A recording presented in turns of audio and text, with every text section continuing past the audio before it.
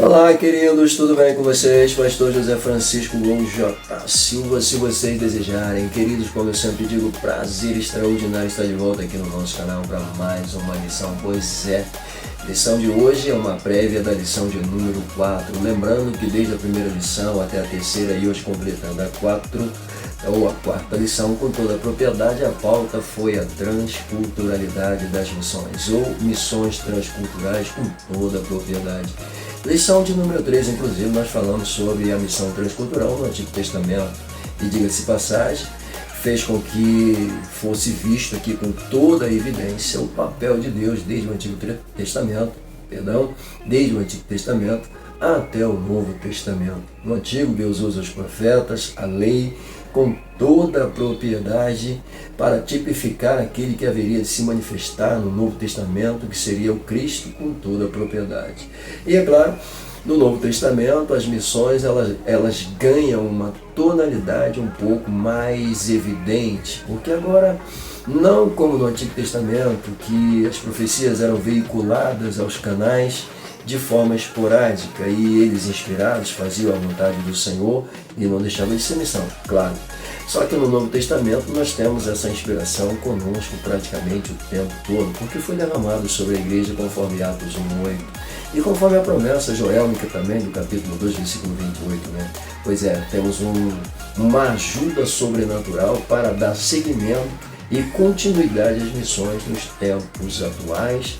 Aliás, para ser mais exato, desde a manifestação do Cristo com toda a propriedade até o presente momento. Lembrando que Cristo é o nosso modelo de missionário número 1. Pois é, bom, e aí chegando aqui na quarta lição, a transculturalidade continua evidente, porque o título da mesma é Missão Transcultural no Novo Testamento. E, diga-se passagem, é uma lição muito boa. As pautas colocadas aqui merecem realmente a nossa atenção. Prometo ser sucinto, prometo ser breve, e por conta disso eu já quero agradecer aqui a Deus pela rica oportunidade que Ele me concede, claro, de uso fazer da sua palavra e através das lições trazer aqui ensinamentos pautados e baseados na sua palavra, claro, com a ajuda do autor que nos disponibilizou esse material. Pois é, a nossa missão continua ainda com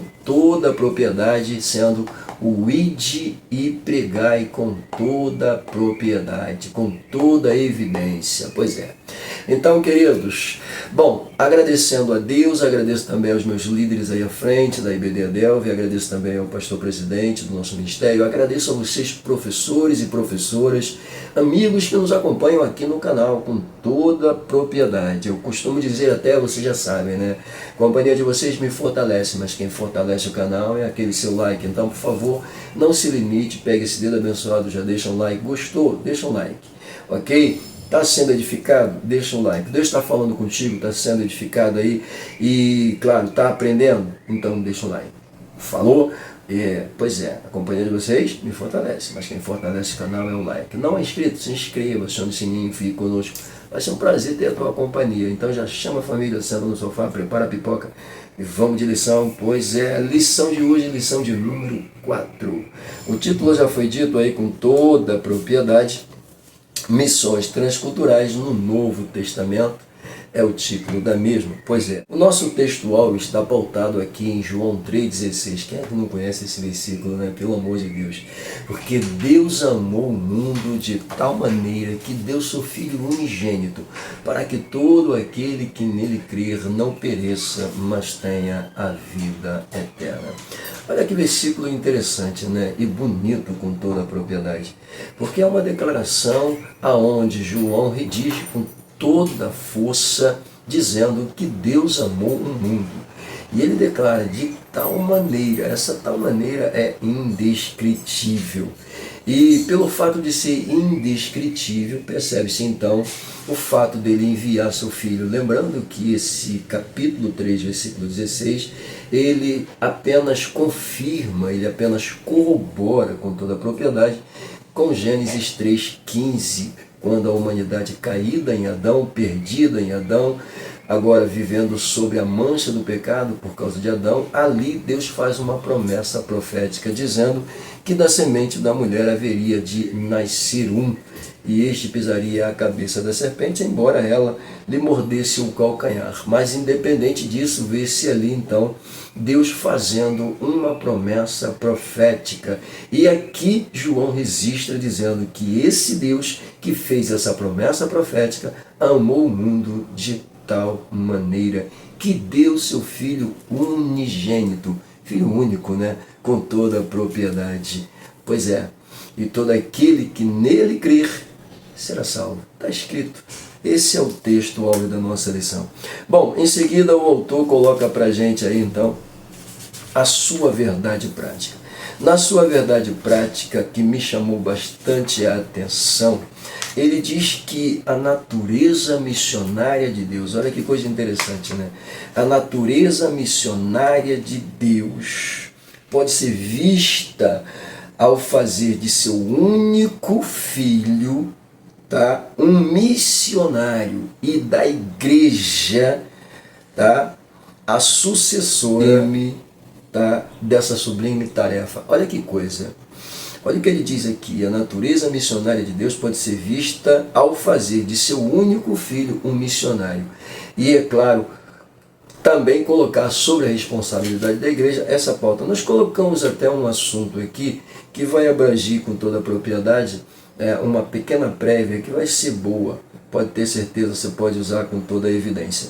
Colocamos aí, tá, o foco que a gente vai ver logo de início aqui nessa lição é sobre a natureza missionária de Deus. Isso aqui a gente já viu no Antigo Testamento, já viu na lição anterior, já vimos desde a primeira lição até a presente lição, a gente vai continuar vendo a natureza missionária de Deus, tá? Vista, perceba isso, vista essa natureza no Antigo Pacto, sob o que, pastor? Sobre a égide da lei e dos profetas. Como assim? A natureza missionária de Deus se revela na lei e se revela no papel dos profetas com toda a evidência. A gente vê isso literalmente na Bíblia. Então, vista no Antigo Pacto sobre a égide da lei e dos profetas, revelando o que, pastor? Sua real vontade. Olha que coisa tremenda. Através da lei e através dos profetas, Deus revela a sua real vontade. E qual é a real vontade de Deus então, pastor? Mostrar ao mundo através de um povo seleto. Agora o foco muda, tá? Porque eu falei da lei e falei dos profetas, mas Deus tem um foco agora voltado para uma nação, que é a nação israelita, tá? Mostrar ao mundo através de um povo seleto, Israel, sua soberania. Deus queria isso, sim. Deus queria que Israel representasse literalmente através do mundo nos quatro cantos da terra com toda a propriedade, mostrando sua soberania e trazendo o povo para adorá-lo com toda a evidência. Pois é, então, no Antigo Pacto a gente vê essa natureza missionária. Sim, a gente já viu e a gente volta até a falar, Israel fracassou. No fracasso deles, por incrível que pareça, inclusive aqui a gente até aproveita, já que estamos falando de Israel, para tecermos aqui nossas orações por eles. Estão precisando piamente, do socorro de Deus. A gente ora até por aqueles que também estão sendo feitos prisioneiros. Misericórdia, né? Então é um momento tenso que a gente está vivendo, mas a gente continua orando, né? Vamos lá, então voltando para cá, no fracasso deles, um novo povo. Foco aqui é a natureza missionária de Deus revelando isso para a gente. Então vamos lá. No fracasso deles, um novo povo é selecionado. Olha que coisa, né? No fracasso desse papel de serem representantes missionários de Deus através do mundo, no fracasso deles, Deus elege um novo povo. Ou seja, um novo povo é selecionado. E permitam-me dizer, eu posso dizer com toda a propriedade que isso aqui já estava no coração de Deus, porque Deus é onisciente. tá? Ele conhece passado, presente e futuro. Nada foge do seu golpe de vista, nada se oculta da sua onisciência. Então, automaticamente, posso dizer que isso aqui já estava no coração de Deus. Por que, pastor? Eu volto a dizer, Deus queria que Israel representasse nos 4 cantos da terra. Qual o motivo disso? Trazer esse povo para literalmente reconhecer a soberania de Deus e dar glórias ao nome dele com toda a propriedade. Então, o objetivo de Deus está sendo visto aqui com toda a propriedade em alcançá-los. De um jeito ou de outro, Deus queria e quer alcançar o mundo todo. Pois é, se assim não fosse, João não redigia o que é textual da lição, o que é Bíblia, porque Deus amou o mundo de tal maneira que deu seu Filho unigênito para que todo aquele que nele crer não pereça, mas tenha a vida eterna. Perceba, se isso não fosse verídico, então essa passagem bíblica não estaria na Bíblia. Pois é, essa natureza missionária de Deus, senhoras e senhores, é trazida e vista no Cristo. O autor coloca na sua verdade prática dizendo que esse Deus missionário, ele fez do seu único filho um missionário, com toda a propriedade. E através desse seu único filho, a quem ele fez missionário, ele transformou a igreja também numa igreja missionária. Cristo traz isso para a gente. E quando ele traz isso para a gente, é a vontade de Deus sobre as nossas vidas. Isso é extraordinário. Essa natureza trazida e vista no Cristo com propriedade através dos seus atos, das suas ações, tá? Lembrando que tais atos e ações, para mim, só corrobora com a veracidade. Aí você me pergunta, veracidade de que, pastor? Da natureza de Deus com toda a propriedade. Que natureza? A natureza missionária.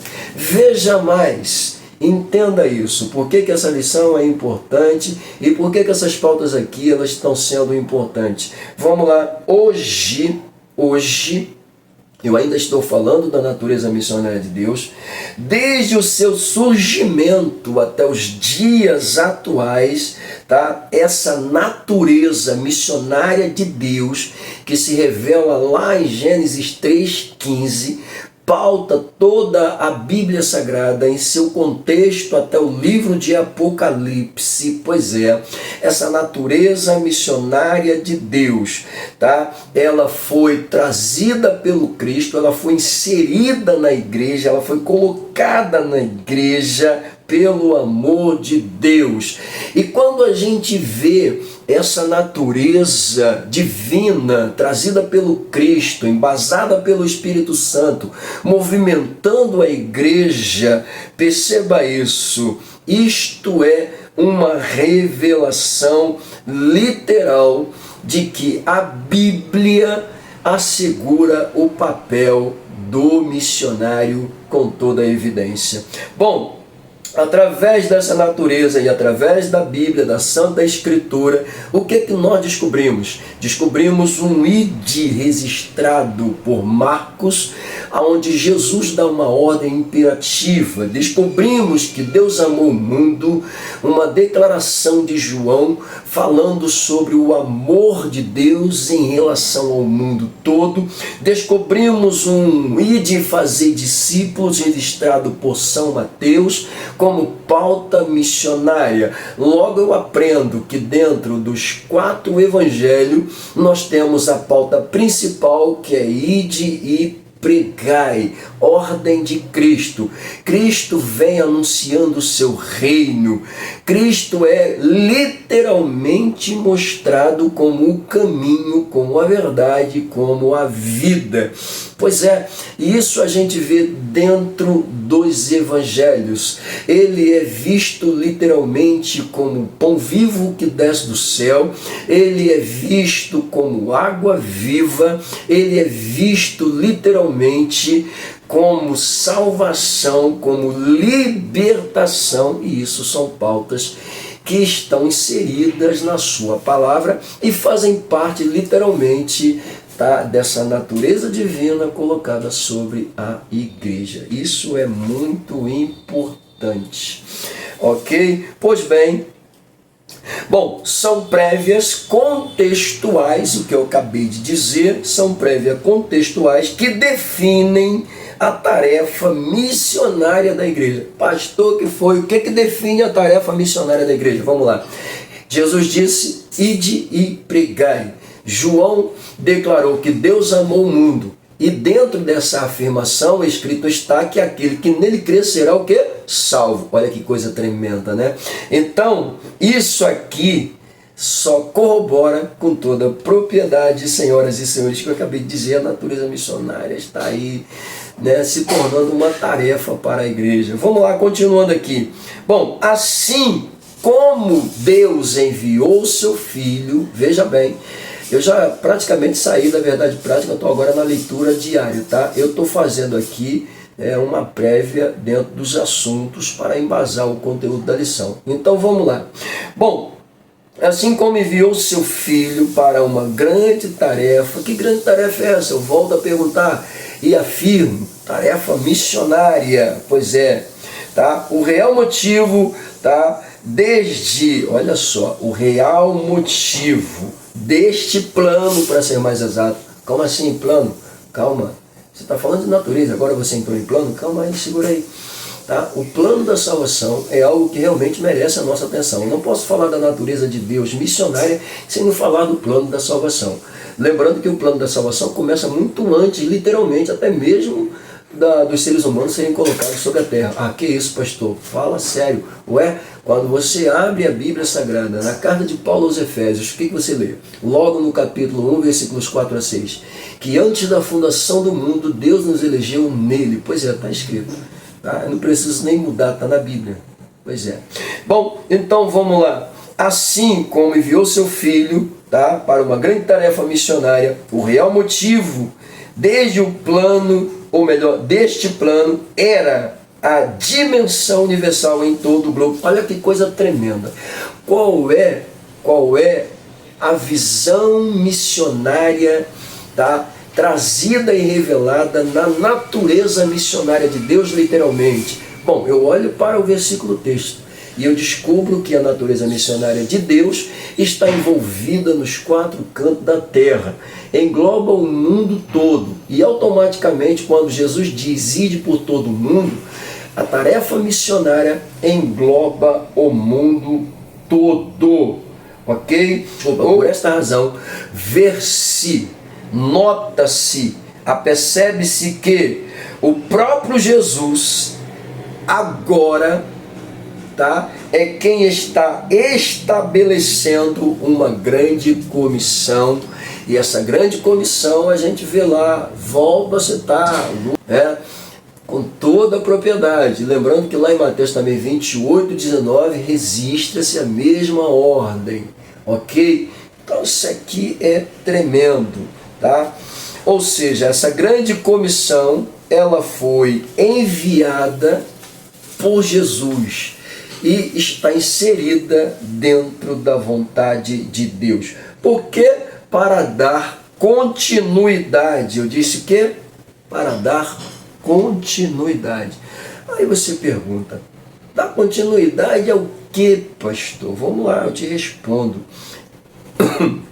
Dar continuidade ao que ele começou. Quem começou o que, pastor? Vamos lá.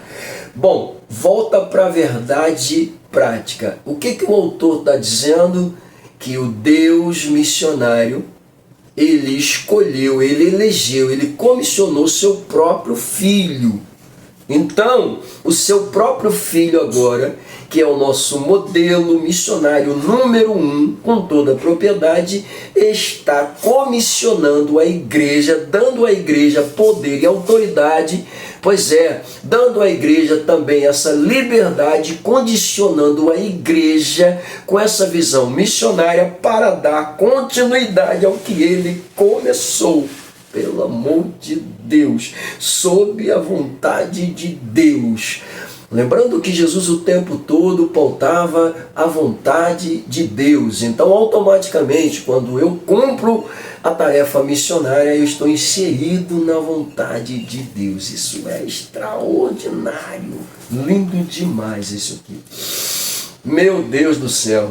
Assim eu posso dar continuidade, ainda dentro dessa leitura diária, assim também chamada de obra de, vamos lá, assim também chamada de a obra missionária do Cristo. Calma aí, eu tenho que dar continuidade à obra que ele começou, e a obra que ele começou é chamada de obra missionária com toda propriedade. Sim, o fato dessa obra missionária era todos tomarem conhecimento de um amor incondicional. Que eu disse? O objetivo dessa tarefa missionária delegada pelo Cristo agora à igreja era levar literalmente esse amor de Deus que amou o mundo de tal maneira, embasado no ide com toda a propriedade, fazendo discípulos, batizando-os em nome do Pai, do Filho e do Espírito Santo, enfim, a fim de que todos tomassem conhecimento desse amor incondicional de Deus, tá? Disposto a libertá-los, literalmente, das cadeias pecaminosas do mundo. Qual é a intenção dessa pauta missionária literalmente veiculada ao Cristo? Levar liberdade aos cativos, abertura de prisão aos presos. Ainda vou falar sobre isso. Pois é, Isaías 61 está aqui, a nossa leitura diária. Leitura bíblica, perdão. Vamos lá. Dispostos a libertá-los das cadeias pecaminosas do mundo. Sim, essa era a verdadeira liberdade. Conhecereis a verdade vos libertará. Se, pois, o Filho vos libertar, verdadeiramente sereis livres. Assim sendo, senhoras e senhores, o que enriquece mais ainda o teor desta lição, tá? Era o muro da separação, tá? Sendo derrubado. Como assim o muro da separação sendo derrubado? A gente vê isso na carta de Paulo aos Efésios, capítulo de número 2, quando ele fala sobre o poder do Evangelho alcançando tanto a gregos, judeus e gentios. Literalmente, principalmente os gentios que desconheciam o fato misericordioso do amor de Deus, mas através da mensagem do Evangelho passaram a conhecer a dimensão desse amor profundo que vem de Deus e que não faz acepção de pessoas. Isso aqui é muito importante a gente frisar. Como assim não faz acepção de pessoas? Deixa eu segurar um pouquinho, eu ainda vou falar sobre isso. Pois bem, assim sendo, o muro da separação seria derrubado. O Evangelho, meu Deus do céu, o Evangelho do Deus missionário, as boas novas, senhoras e senhores, seria para judeus, para gregos e para gentios em todo o mundo. Por causa de quem? Por causa do Cristo, por meio do Cristo e da Igreja do Cristo. A prova disso é quando a gente vê um Paulo se lançando em terras que sequer ouviram falar de Jesus, para falar de Jesus, e ainda fundando igreja, estabelecendo igrejas. Isso apenas autentica literalmente esse papel missionário, essa tarefa missionária, deixada, delegada pelo Cristo para a igreja. Pois é, assim a vontade de Deus, senhoras e senhores, se conclui em alcançar e salvar, tá, os crentes em sua palavra. Quando eu digo alcançar e salvar os crentes em sua palavra, é aqueles que se dispuseram, a aceitar a palavra, a acreditar na palavra, como a gente volta ao texto áureo, porque Deus amou o mundo de tal maneira que deu seu Filho unigênito, para que todo aquele crê, por meio de quê? Por meio da pregação, por meio da palavra pregada, anunciada, proclamada, aceitou, é salvo. Aceitou a palavra, deixou a palavra entrar, fazer o efeito, pois é salvo. Pois é. Então, automaticamente, a gente fecha aqui as pautas, né, do texto, da verdade prática e da leitura diária. E a gente tem aquele plano de aula e eu volto a falar dele daqui a pouco. Bom, queridos, voltando, como eu disse para vocês. Bom, nós temos então um plano de aula aqui na nossa lição, onde o autor, com toda a propriedade, ele coloca para a gente alguns pontos aqui, pontos digo eu, na verdade, por observar o que ele redige, né? Pois é, o primeiro ponto, na verdade, que a gente acaba descobrindo aqui, principalmente dentro da sua introdução do plano, claro, tá? Ele diz que a lição apresenta, ou a presente lição, tá? Apresenta Jesus como o primeiro missionário enviado diretamente por Deus. Olha que coisa, né? Olha o que ele coloca pra gente aqui, né? A lição apresenta Jesus como o primeiro missionário enviado por Deus, digo, literalmente. Pois é, isso aqui a gente vê com muita propriedade na lição e a gente acaba absorvendo isso aqui porque é uma verdade incontestável, né? E ele coloca mais ainda. Bom, por conta de seu excelente e glorioso ministério, por conta de seu excelente e glorioso ministério, uma referência ao Cristo, óbvio, claro, foi sucedido pelos apóstolos. Sim, Jesus delega isso em Lucas 16:15. Isso é para os apóstolos, com toda a propriedade. Ok? Sendo que dentro dessa pauta apostólica se insere todos os discípulos do Senhor. Obviamente, isso aqui alcança a igreja com toda a propriedade, uma vez que a fala do Cristo diz que eles deveriam levar a sua palavra ao mundo todo. Pois é, fazer discípulos e batizá-los em nome do Pai, do Filho e do Espírito Santo.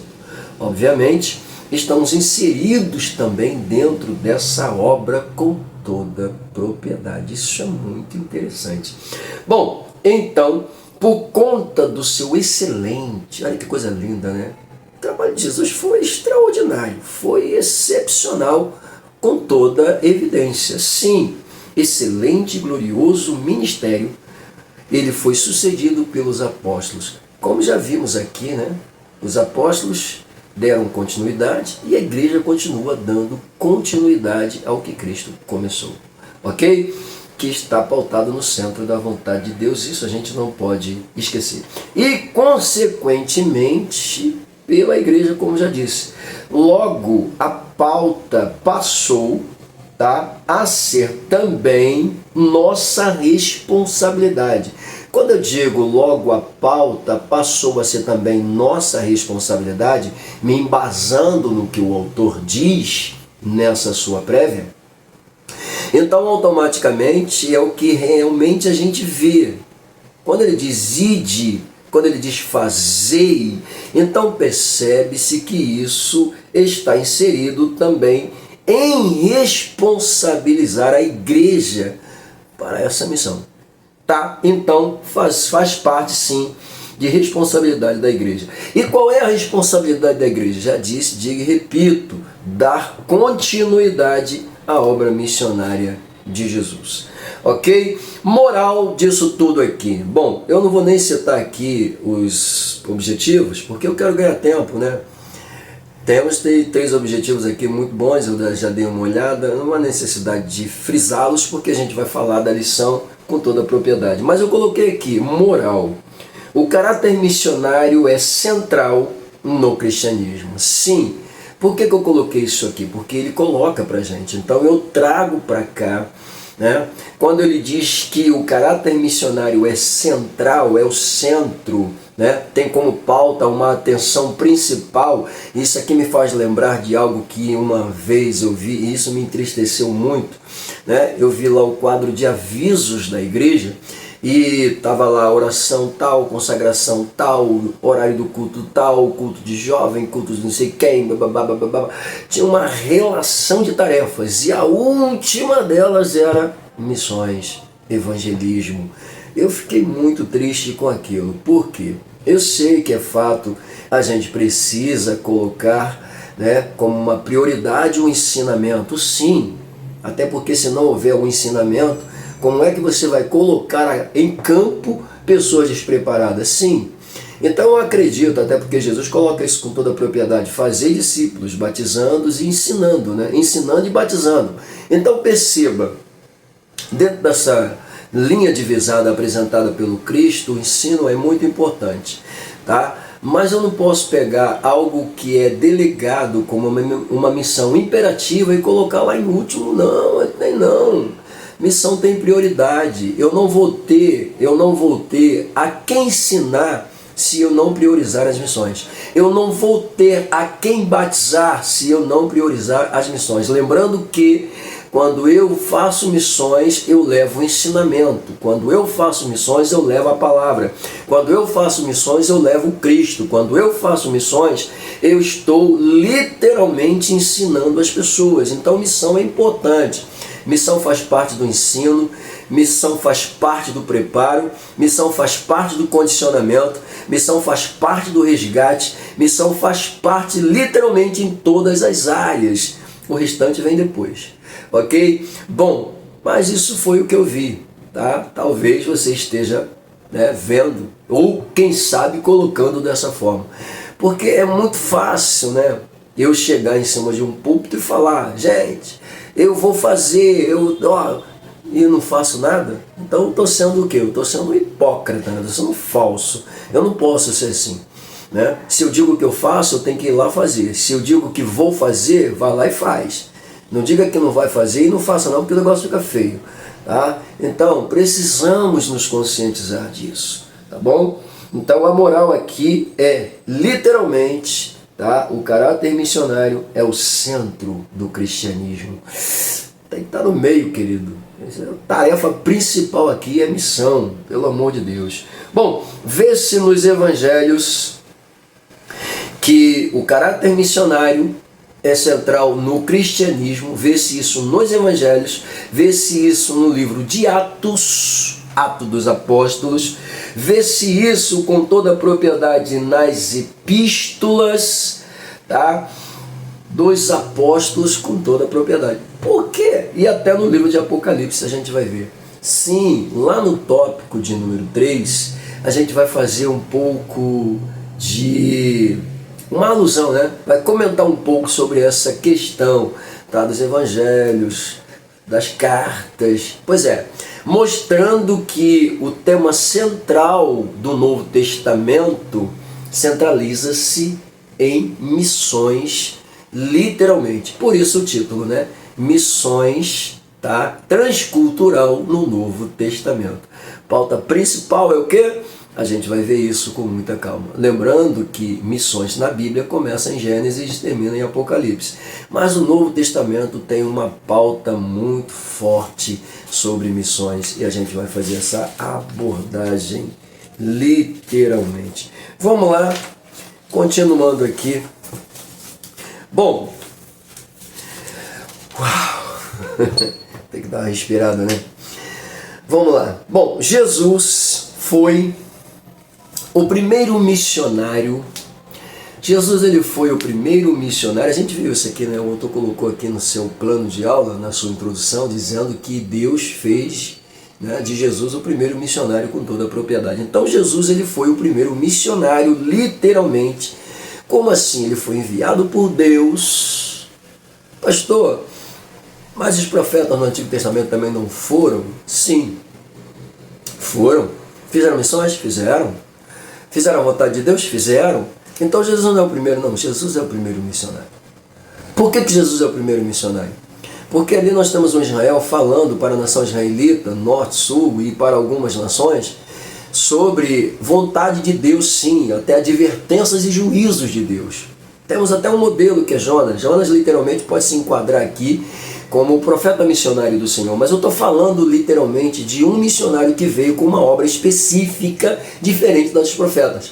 Quem é que veio com uma obra específica? Jesus Cristo. Ele veio para morrer pela igreja, ele veio para se entregar pela igreja, ele veio para ser sacrifício pela igreja, ele veio para derramar o seu sangue, literalmente pela igreja, e veio fazer a vontade de Deus. Então, dentro desse sentido geral, Jesus ele é o primeiro missionário enviado por Deus, literalmente. Não tem como questionar isso aqui. Pelo amor de Deus. Bom, ele trouxe, quando enviado por Deus, ele trouxe o plano de resgate. Como assim? Pelo amor de Deus. Plano de resgate, volta lá no Éden, quem foi que caiu? Adão. O que aconteceu depois da queda? Um cisma, divisão, né? Ou seja, esse cisma, essa divisão, deixou o homem agora em estado pecaminoso, miserável, sujeito à morte. Pois é. E qual é o papel de Jesus? Eu volto para Gênesis 3,15, da semente da mulher. A pauta do resgate é revelada ali. Uau! Meu Deus do céu! A pauta do resgate é revelada ali. Então, Jesus ele trouxe o plano de resgate. E qual é a linha de ação de Jesus Cristo, pastor? Vamos lá. A linha de ação de Jesus Cristo envolve os resgatados na obra. Uma vez resgatados, envolvidos, inseridos na obra, o desejo de fazer o mesmo é latente na vida de quem é resgatado. Ou seja, o resgatado, ele quer dar testemunho, ele quer falar, ele quer anunciar o que aconteceu com ele. Então, literalmente, somos envolvidos nesse plano de resgate trazido por Jesus. Isso é lindo demais. Meu Deus do céu! Que é isso?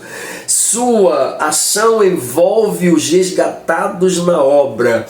Torna-os, pega isso aqui, torna-os discípulos, depois enviados, e abrem continuidade à pregação. Coisa linda demais. Chama esses tais de pecadores, chama esses tais resgatados agora, envolvidos na obra, são vistos como pescadores de vidas. Pescadores de almas, né?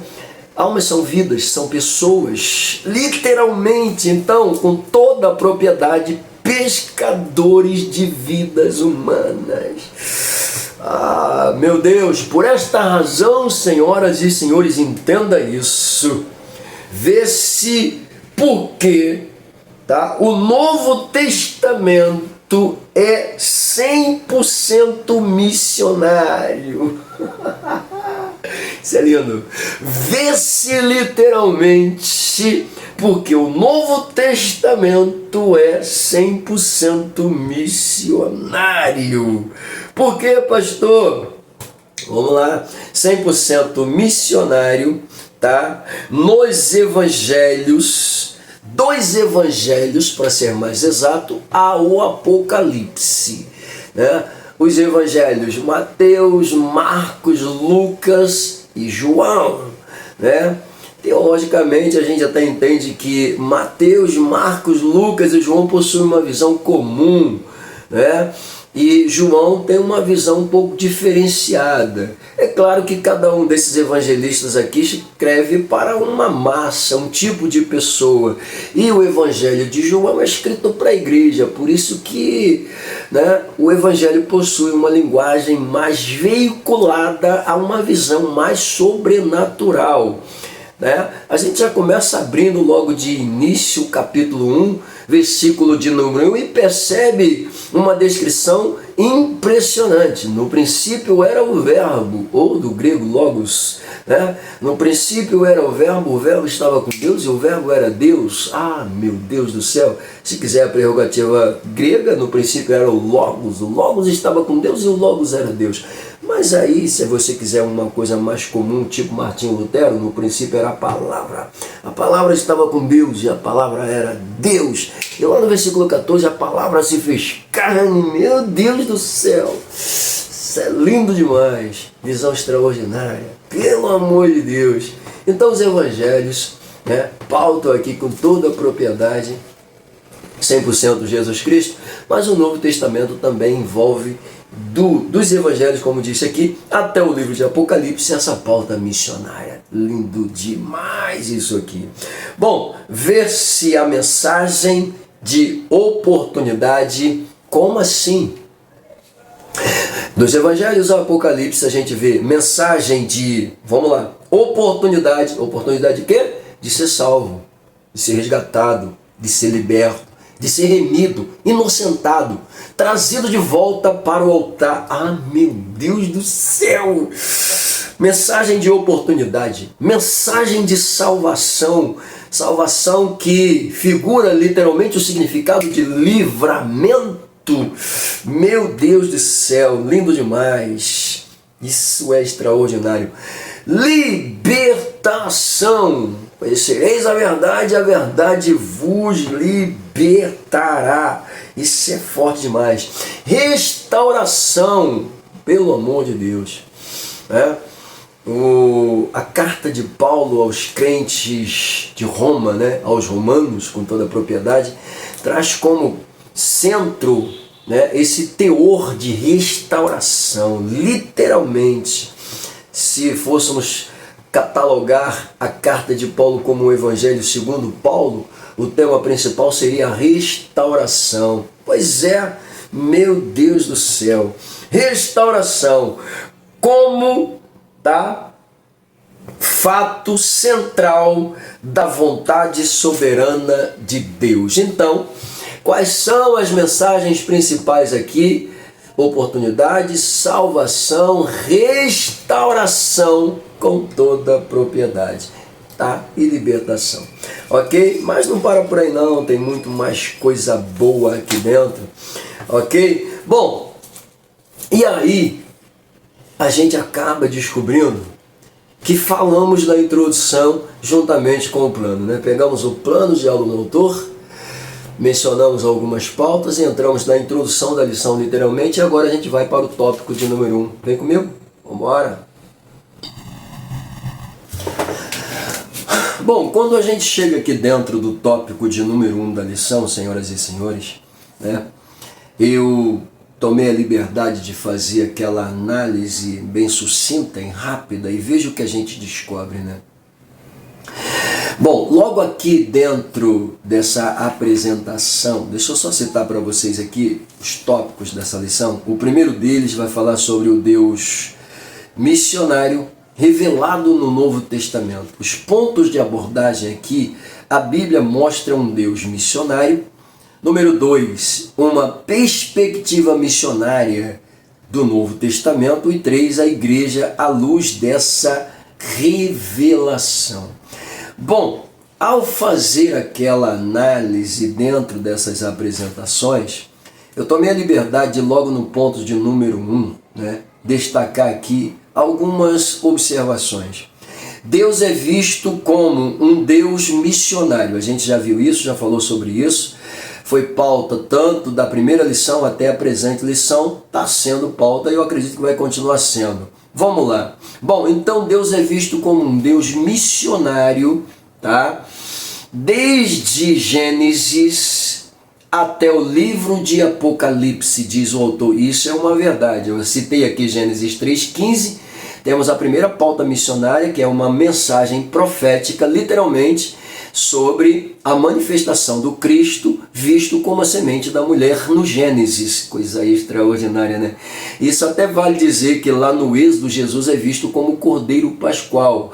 tá? O sacrifício, literalmente, que vai ser, né, feito no Novo Testamento. Então ele é visto como o Cordeiro Pascual dentro do livro de Êxodo. Dentro do livro de Número, ele é visto como a rocha ferida. Jesus seria literalmente ferido, né, por conta dos nossos pecados, da nossa culpa, com toda a propriedade. No livro de Levítico, ele é visto como o sumo sacerdote, né? Pois é, ele é aquele que intercede por nós com toda a propriedade.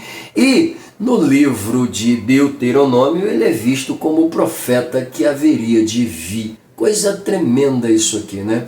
Então, automaticamente, a gente já vê aqui essa pauta missionária, né, se revelando desde Gênesis até Deuteronômio. Se a gente fosse dar continuidade, por exemplo, o livro de Josué pauta alguma essência dessa visão missionária do Cristo? Sim, ele é visto como um comandante das tropas celestiais. Ele tem poder sobre os anjos. Tanto é que ele diz que se ele quisesse, ele rogaria ao Pai e Deus lhe enviaria mais de 12 legiões de anjos. Bom, não era necessário, mas ele mostra com toda a propriedade que ele tem poder sobre as hortes angelicais, mesmo estando em um corpo de carne na época. Pois é, quando a gente sai de Josué, entra no livro de Juízes, ele é visto como juiz de toda a terra. Vale a pauta de que a igreja vai passar por um julgamento prévio segundo as obras, mas no final ele vai se assentar literalmente como juiz para julgar a todas as nações de todos os tempos, tá? Que residiram sobre essa terra. Então, quem tem a oportunidade de ouvir a mensagem de salvação, de libertação no presente momento, não descarte, segura, porque o momento de escapar do juízo final é agora. O momento de ser literalmente livre, né, do pecado e ter liberdade de entrar no céu é agora, ok? E daí por diante de Juízes vem Ruth, onde ele é visto como parente próximo, remidor, tá? Não merecíamos o resgate, mas mesmo assim, né, a mensagem de Deus centrada já no Antigo Testamento, aonde colocava Israel como agente de misericórdia para com os estrangeiros, mostra-se com toda a propriedade que o Evangelho também seria difundido às nações gentias. E Deus queria que Israel fizesse isso, como já vimos, já falamos, já mencionamos. Israel não cumpriu essa regra, porém deixou os relatos bíblicos como uma prova cabal de que o propósito de Deus vai se cumprir de uma forma ou de outra. Eles não foram lá, não proclamaram, mas ao conservarem a Bíblia Sagrada, os relatos sagrados de Deus, fomos alcançados pela misericórdia de Deus. E somos felizes por isso, ok? Então, só para vocês terem uma ideia, de Gênesis a Apocalipse, Jesus ele é o tema central. Seria bom se pudesse continuar, né? Mas aí a lição vai ficar gigantesca. A gente para por aqui. Bom, aí pra gente fechar esse tópico aqui, eu coloquei aí uns pontinhos, 1, 2, tá? Nesses pontos 1 e 2, veja bem, e até 3, colocamos aí o seguinte. No primeiro, Deus é visto como Deus missionário. No segundo, tá? Olha só, o autor, tá? Segundo o autor, sim, segundo o autor, a inspiração missionária emana, olha que coisa, segundo o autor da lição, e isso aqui não é porque eu estou dizendo segundo o autor, está na Bíblia.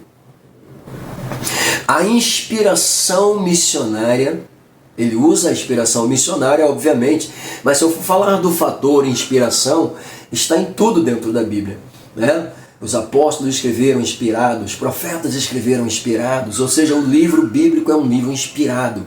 Então, obviamente, a pauta missionária acaba sendo uma inspiração de Deus, literalmente. E ele continua dizendo, né, a inspiração missionária emana, vem de Deus. Ah, meu Deus do céu! Jesus declara com toda a propriedade que essa inspiração missionária vem de Deus, quando diz, o Pai me enviou. Ah, lindo demais! E eu vos envio também. Olha que coisa linda, né? Jesus ele confirma essa inspiração dizendo: o Pai me enviou e eu vos envio também. Isso é lindo demais. Coisa linda demais. Bom, 3. No Antigo Pacto, aí a gente volta para o Antigo Pacto. Eu estou na pauta do autor, tá? No Antigo Pacto, Israel, que já vimos, ele volta a citar, Israel seria um instrumento usado por Deus, tá? Para que o mundo tomasse ciência, conhecimento de Deus de fato. Como já disse, houve uma falha deles aqui, né? Mas só o fato de conservarem a Bíblia, o plano vai se cumprir também. Ok? Vamos lá. Então, Israel falhou, mas a igreja foi escolhida e a palavra chegou até nós, não tem jeito. Então, de uma forma ou de outra, eles acabaram cumprindo o propósito de Deus. Então, vamos lá. Bom, a missão então, senhoras e senhores, com essa falha, foi outorgada, ou melhor, foi transferida, né, para a igreja. Tá? Volta a dizer aqui, como o Pai me enviou, eu vos envio. Jesus dizendo, lindo demais. A missão foi transferida para a igreja, pelo amor de Deus. No ponto de número 2, tá? No ponto de número 2, deixa eu só aqui ver, ele diz uma perspectiva missionária. Vamos lá. Bom, o Novo Testamento, né? O Novo Testamento nos dá uma base. Veja o que eu disse, o Novo Testamento nos dá uma base sólida. Para quê, pastor? Para, olha só, nos dá uma base sólida para desempenharmos o nosso trabalho dentro do campo missionário. Como é isso? Sim, nos dá uma base sólida para desempenharmos o nosso trabalho como agentes de missões nesta terra. Pois é. Para quê, pastor? Para cumprir o propósito missionário deixado por Cristo. Qual é o propósito missionário deixado por Cristo? Eu preciso frisar: ide por todo mundo pregar o meu evangelho, né? Ide fazer discípulos batizando em nome do Pai. Eu preciso frisar que assim como o Pai o enviou, ele declara dizendo: eu vos envio a vós. É isso que está escrito aí. Isso é lindo demais. Bom, isso a gente vê aqui, tá? Com toda a propriedade dentro do ponto de número 2. Bom, note ainda, para a gente fechar essa pauta do autor, se Deus fez de Cristo seu missionário, se Deus fez de Cristo seu missionário, a gente até viu, o autor colocou aqui na introdução do seu plano de aula, dizendo que Deus fez de Cristo seu primeiro missionário. Na verdade prática, ele também usa Deus missionário, colocando Jesus como missionário e logo em seguida colocando a igreja dentro do mesmo papel de função. Então, se Deus fez de Cristo seu missionário, tá? Não seria óbvio fazer o mesmo com a igreja? Claro que sim. Seria, e foi, e fez, somos, pois é, canais, instrumentos, comissionados para fazermos a vontade de Deus. E Jesus nos fez missionários sim, com toda a propriedade. A gente vê isso aqui, está na Bíblia, né? No terceiro ponto então, tá? Meu Deus do céu. Volta pra gente no Apocalipse. Vamos lá. Bom, na verdade, Jesus dá início à obra para mostrar como deveria ser realmente feita. Mostrou, ensinou e delegou. Hoje somos, tá? Literalmente responsáveis para dar continuidade. Nesse livro, o Senhor Jesus revela ao apóstolo João a conclusão da longa jornada e o destino de toda a raça humana. As 7 igrejas são citadas aqui, localizadas, tá? Na província da Ásia Menor, nos capítulos 2 e 3, devem ser vistas, diz ele, como igrejas missionárias.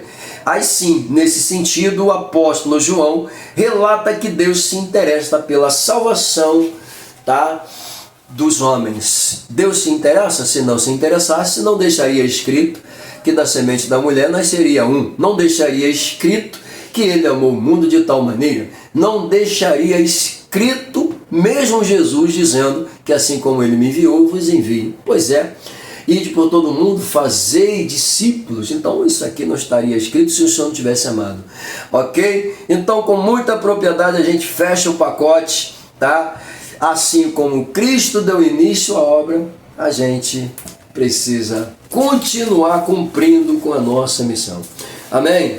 Bom, aqui no tópico de número 2, tá? Missões nos Evangelhos e em Atos dos Apóstolos.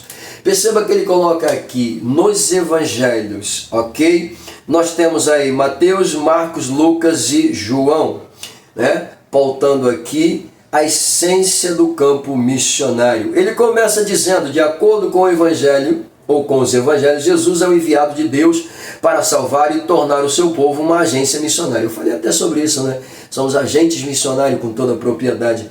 Ok? Bom, então, de acordo com os Evangelhos estão de acordo, independente de João possuir uma visão diferente, conforme a teologia chama de Evangelhos sinópticos a Marcos, Lucas e Mateus, ou Mateus, Marcos e Lucas, dizendo que João tem uma visão diferente. Pois é, mas mesmo tendo uma visão diferente, não quer dizer que a pauta principal não seja a pregação do Evangelho. Até porque a gente vai ver, assim como em Mateus a gente vê Jesus ensinando sobre a propagação do Evangelho, em Marcos a gente vê ele ensinando sobre a propagação do Evangelho, em Lucas a gente também vai ver ele se preocupando com essa pauta, e em João também vai estar inserido essa mesma pauta de pregação. Tá? E o que a gente vê literalmente? Bom, Jesus ele teve com toda a propriedade e pode ser classificado como o primeiro missionário enviado por Deus, como já disse, ele traz uma marca literalmente em si. Tá? E essa marca é demonstrada pelo seu amor, pela sua compaixão, e da mesma forma, tá?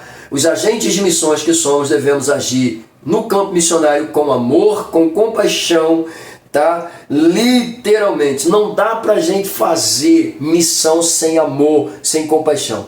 Tem que fazer, porque senão a gente se acomoda, a gente fica no banco, não quer fazer mais nada, vira aquele crente religioso, beato, que soubesse, sabe as horas de ir para a igreja, de voltar para a igreja, mas não quer fazer mais nada. Não, tá? Igreja é literalmente isso, oriundo de eclésia, chamados de dentro para fora, para fazer missão. A gente entra para aprender e sai para pregar. É assim que funciona. Mas tem gente aí que não quer sair não, mas é fácil delegar, né? Misericórdia. Falo mesmo, não quero saber não. Vamos lá. Nos Atos dos Apóstolos nós temos aí então, né, a missão, né, os missionários. Isso aqui é lindo, Filipe e Pedro, duas visões diferentes. Como assim duas visões diferentes? Bom, quando a gente chega dentro do livro de Atos, a história da igreja, literalmente, eles aqui, os primeiros cristãos e líderes, tinham a missão de propagarem, olha só, a salvação a todos os povos. Engraçado isso aqui, sabe por quê? Porque Jesus ele deixou muito claro para o seu colegiado apostólico a importância do evangelho, tá? Não somente para os judeus. Pois é, lembra do episódio da Cirofenícia que está lá catando pães, né? Migalhas de pães que caem da mesa, na declaração que ela usa, na comparação que Jesus faz, dizendo que os pães da mesa são para os filhos, e ela diz para ele com toda a propriedade que assim como os cachorrinhos comem as migalhas, ela estava se colocando nessa situação, porque na verdade era essa a visão que os judeus tinham, literalmente os gentios. Eles não eram merecedores, eram vistos, tratados até como animais de uma certa forma. A visão é clara quando ele chama a atenção de Pedro, mostrando aquele lençol com todo tipo de répteis e quadrúpedes ali apresentado, e a voz dizendo para ele, mata e come. E ele diz, como é que eu vou comer coisa comum e imunda? Não tem como. E aí o Senhor diz para ele, não chame comum e imundo aquilo que eu purifiquei. Ou seja, com essa lição, a visão de Pedro, que era central, regional, somente para a nação, né, acaba sendo quebrada, porque o Senhor ali mostra para ele que o evangelho não é somente para os judeus, é para todos. Né? E quando ele vai até a casa de Cornélio, vê o que acontece na casa de Cornélio, ele traz a notícia dizendo para os seus discípulos, os seus amigos discípulos, né? Dizendo para eles que não podia impedir que a obra fosse feita, uma vez que Deus também escolheu, né, semear as boas novas aos corações dos gentios. Pois é, esse Pedro está tendo essa visão. O Filipe, que é apresentado aqui, ele tem uma visão diferente. Ele até fala sobre o episódio, né, do centurião. Mas veja bem, por que Filipe está tendo uma visão diferente? Porque quando o fogo acirrado das perseguições veio sobre a igreja, o que Filipe fez? Tudo bem, está perseguindo? Ele avançou dentro do campo transcultural, levando a mensagem do Senhor aonde quer que ele fosse. A prova disso é esse centurião aqui com toda a propriedade, é gentil. E Filipe faz questão de orientá-lo, ensiná-lo, literalmente até batizá-lo. O eunuco, né, para ser mais exato. Bom, chamei de centurião, né? Pois é. Então, automaticamente, percebe-se aqui essas duas visões muito importantes que devem ser pautadas e mostradas a diferença entre elas. No 3 aqui, ele coloca nos Atos dos Apóstolos, tá? Os missionários Paulo e Barnabé. Bom, nós temos aqui dois outros elementos que também vão ter um probleminha no campo missionário. Mas independente disso, eu vejo aqui um Paulo que, como já foi visto em lições anteriores, ele se dispõe a ir aonde Jesus não foi anunciado. E por conta do seu trabalho missionário, da sua visão missionária, da sua vocação missionária, ele não só vai, como ele anuncia e ele funda a igreja nessas regiões. Barnabé esteve um tempo com ele, até que depois se separaram, né? Mas independente disso, ou seja, quando se separam, Paulo continua dando evasão à sua chamada e Barnabé também vai dar evasão à sua obra missionária. O que eu aprendo aqui? Nem sempre você vai estar junto o tempo todo, vai chegar uma hora de se separar. Porque Paulo tinha uma visão, a visão de Paulo era ir pregar, ensinar e voltar para visitar essas igrejas. Barnabé já não pensava dessa forma. Barnabé já tinha aquele campo de missões o tempo todo, não precisava voltar. Então essa diferença entre Paulo e Barnabé vai acabar gerando um choque. Porque, claro, Paulo é aquele missionário preocupado e quer saber como é que está o funcionamento do seu trabalho realizado no campo missionário. Diferente de Barnabé, que não está preocupado com isso, ele só está preocupado em levar as mensagens. Claro, existem esses dois tipos de missionário. Existe aquele que quer fazer o trabalho, mas quer ver o resultado literalmente crescendo. E existe aquele que só quer fazer o trabalho. Bom, não está errado. Não está errado, tá? Mas a gente também precisa, obviamente, ter um suporte para dar a esses missionários. E a gente vê isso nas cartas com muita propriedade, Paulo enviando seus pupilos e dando suporte. Paulo dando suporte para a igreja. A gente vê isso com muita propriedade. Paulo preocupado, redigindo cartas, dando suporte, orando, tá? Para que a igreja literalmente se fortalecesse. Isso aqui é que está a diferença, tá? Eu, como missionário, preciso ter essa visão, essa percepção, essa concepção, tá? De levar a mensagem, mas também me preocupar em dar assistência e suporte. Porque, pastor, nossos missionários, principalmente voltando para essa questão do suporte, precisam, tá, das nossas orações, das nossas contribuições, do nosso desempenho, pois para eles que em campo estão, quando nós estamos aqui dando esse suporte, eles se tornam cada vez mais aguerridos, mais fortes, mais empenhados e querem continuar fazendo, porque tem um suporte. Então é muito importante esse suporte, ok? Bom, não preciso nem falar mais nada, a gente vai para o 3 aqui, tópico de número 3. A missão cumprida nas cartas e no Apocalipse. Agora sim, a gente vê aqui, né? O título é clássico, né? Missões transculturais no Novo Testamento. Falamos dos evangelhos já, mencionamos aqui que missões está de Gênesis a Apocalipse, mas aqui nós temos, né, uma prova que o autor coloca para gente, dizendo que a missão cumprida nas cartas e no Apocalipse. Ele fala das cartas paulinas, né? Coloca aqui até pra gente as cartas aos Romanos, aos Efésios, cartas a Timóteo e a Tito. Temos mais. Temos também 2 cartas redigidas aos crentes de Corinto. Na primeira carta, uma reclamação chega ao seu conhecimento, mas na segunda, ele redige uma carta de orientação e de ensinamento. Pois é, temos pautas sobre o cuidado e o ensino para com essas 2 igrejas? Claro que temos, né? Paulo, ele redige uma carta de orientação, tá? De ensino, literalmente, e de preocupação para aqueles crentes conservarem a fé diante das adversidades e não perdessem o foco jamais. Isso vê-se tanto dentro da primeira quanto da segunda carta de Paulo aos crentes de Corinto. Tá? Na carta aos Romanos, que é a primeira dele, tem uma preocupação muito forte que é o fator restauração. Paulo, ele coloca sobre, literalmente, né, o seu registro, essa pauta de preocupação. Ele diz que a carta de Paulo aos Romanos é uma carta em que a universalidade do pecado e o processo de salvação são ensinados. Sim, na carta de Paulo, a questão do pecado é uma coisa avassaladora. E por conta desse pecado horrível, ou desses atos horríveis pecaminosos, é que a pauta do Evangelho da salvação precisa ser priorizada. Ok? Bom, aos Efésios ele faz uma viagem, né, sendo conduzida na inspiração a trazer um laço, né, de união para essa igreja, mostrando uma única fé, um único Deus, né, literalmente, e mostrando que o projeto de seleção de Deus começou antes mesmo da fundação, né, do mundo físico, literalmente. Bom, aí ele coloca aqui as cartas a Timóteo e Tito, lembrando que esses 2 elementos citados aqui são pupilos de Paulo, são discípulos de Paulo, que estão sendo enviados para darem continuidade ao trabalho que Paulo começou. Olha que coisa tremenda, né?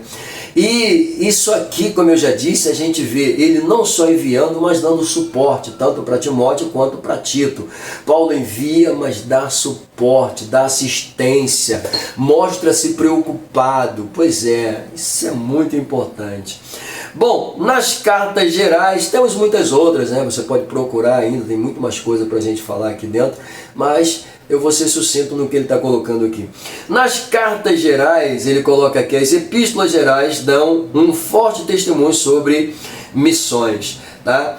Como, por exemplo, a carta aos Hebreus, ele cita aqui, falando sobre que a mesma demonstra a descontinuidade entre a antiga e a nova aliança, enfatizando que a nova aliança é melhor. Bom, então vê-se realmente essa pauta centrada, tá, dentro da carta aos Hebreus. Pois é. Bom, ele coloca aqui ainda, a qual uma vez aceita a missão de Deus nos levará para o centro da vontade de Deus. A visão da carta aos Hebreus é justamente essa, né?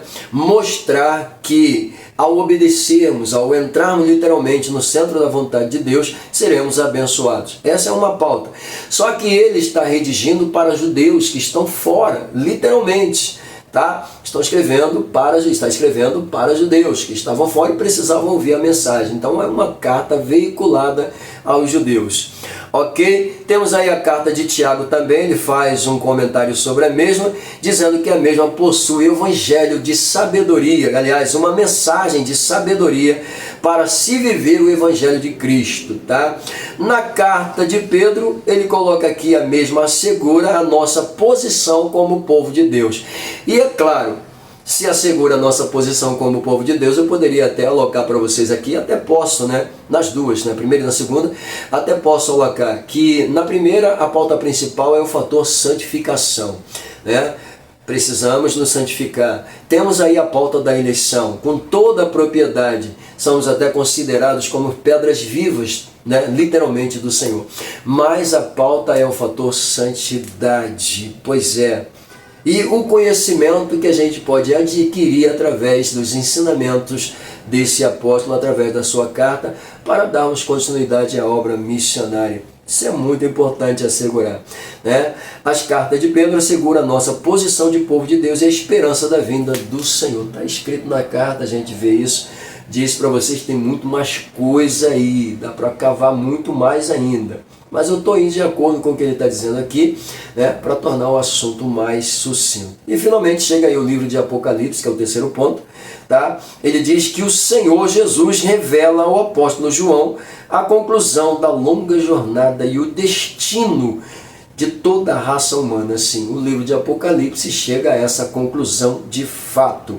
Dentro do livro de Apocalipse, mais uma vez, a gente pontua aqui as 7 igrejas alocadas na mesma região, até já falei sobre isso, né? Citei isso aqui já. Com toda a propriedade, as mesmas igrejas são vistas dentro desse contexto como igrejas missionárias no seu tempo.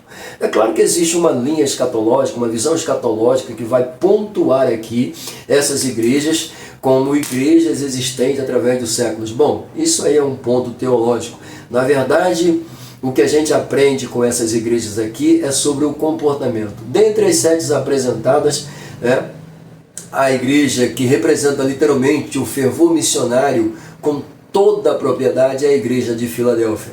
Filadélfia, amor fraternal, a igreja fervorosa, a igreja do primeiro amor, a igreja que em meio às adversidades, em meio às perseguições, em meio aos ventos e tormentas, continuou firme, continuou na posição, continuou guardando a palavra do Senhor, continuou conservando os ensinamentos do Senhor. Pois é, estamos praticamente vivendo um tempo igual à igreja de Filadélfia, um tempo acirrado, um tempo onde as coisas se avolumam, do pecado se avoluma, onde o frenesi da humanidade pecadora acaba se tornando uma pauta de perigo, mas independente disso, assim como a igreja de Filadélfia manteve-se firme, vamos nos manter firmes, ok? Pois é, essa igreja aponta para mim, tipifica com toda a propriedade a igreja que vai ser arrebatada. Diferente da igreja de Laodiceia, igreja morna, igreja que concorda, igreja que aceita, igreja que abre mão, igreja que coloca lá a sua pauta. Estamos juntos, estamos aceitando todo mundo. Tá igual a igreja de Constantino, pode entrar todo mundo, pode vir para cá geral, pode continuar com as suas práticas, não tem problema não, mas a igreja de Filadélfia não. Filadélfia disse assim, prática pecaminosa fica lá fora. Não, aqui dentro não. Aqui dentro tem pureza, aqui dentro tem santidade, aqui dentro tem graça, aqui dentro tem amor, aqui dentro tem Deus. Deus está aqui. Deus está aqui. Ok? Somente a igreja que concorda, que aceita, que vai na onda, vai na vibe, é morna. O que o senhor diz? Vai ser vomitado. Ok? Para fora. Estou batendo, ninguém abre. Não tem problema não. Não tem problema não. Ok? Maravilha. Bom, e aí a gente chega na conclusão, tá? Qual é o objetivo dessa lição, pastor? O objetivo dessa lição é mostrar literalmente a pauta, né, que dá título à lição, né? Missão transcultural no Novo Testamento. Então, com toda a propriedade, vimos aqui que de Gênesis a Apocalipse, o tema central da Bíblia é literalmente Jesus Cristo, tá? E o fator missões está inserido literalmente, porque se Jesus está, missões está. E aí quando a gente chega dentro do Novo Testamento, os 4 evangelhos biografam Jesus Cristo, apresentam Jesus Cristo como Salvador, como Senhor, como libertador, literalmente. Pauta principal aqui do seu trabalho aponta para a igreja como escolhida missionária a dar continuidade à sua obra. Chegando então ao livro de Atos, percebe aqui os atos da igreja, a história da igreja, aonde os apóstolos, os discípulos, os servos, os irmãos estão alcunhados aqui a uma mensagem que está entrando, trazendo vidas para o reino com toda a propriedade. Eu costumo até dizer que o 29º capítulo ainda está sendo escrito com toda a propriedade. Atos da Igreja, fazemos parte disso. A história da Igreja continua. Pois é, e aí automaticamente chega aí as cartas paulinas, como já foi apresentado, um Paulo colocando em evidência o Cristo que liberta, o Cristo que salva, o Evangelho que é poder, né? O Evangelho que restaura, enfim. E aí, nas epístolas gerais, com toda a propriedade, Jesus é visto literalmente. Tá? No livro de Apocalipse, Jesus é apresentado como aquele que virá, breve virá, com certeza. E a mensagem continua, e que Deus abençoe a todos e até a próxima. Beijo no coração de vocês. Amém.